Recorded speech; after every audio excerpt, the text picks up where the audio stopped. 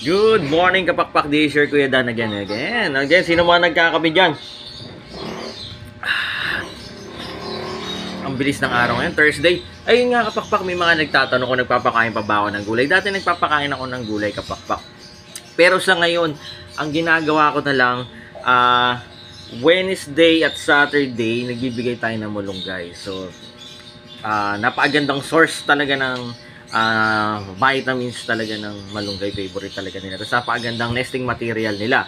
So, as of now, yan lang ang binibigay natin. Tapos, essentials na vitamins. Tapos, available din sa atin yung African bird mix. Yan lang din. So, napakasimple. Tapos, ang pinaka ginagawa natin, 2 to 3 times tayo nagpapalit ng tubig.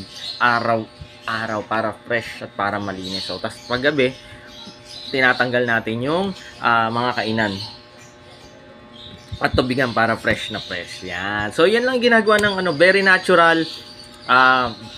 Yan din kasi natutunan ko dati. Nag-aalaga ako ng kalapate nung 2000. Ayan, matagal tayo nag-aalaga ng kalapate. 2002. Ganun, mga college days natin. So, 10 years din tayo nag-alaga. Mahigit ng ganyan. So, yan tayo nag-start.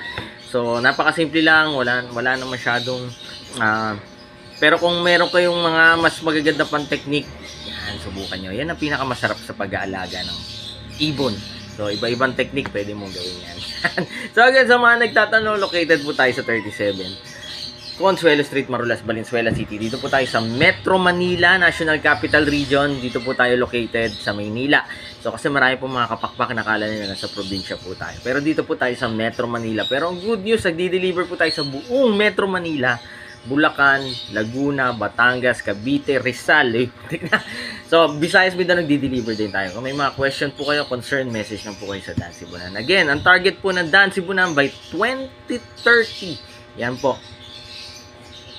At least, kahit isa or dalawa, lahat ng bahay dito sa Metro Manila, Luzon, Visayas, Mindanao, may inaalaga ang ibon. Kasi gusto po namin ma-experience yung ang saya, ang lupit, ang ganda, ang sarap ng dating ng pag-aalaga ng pag-iibon. Yan.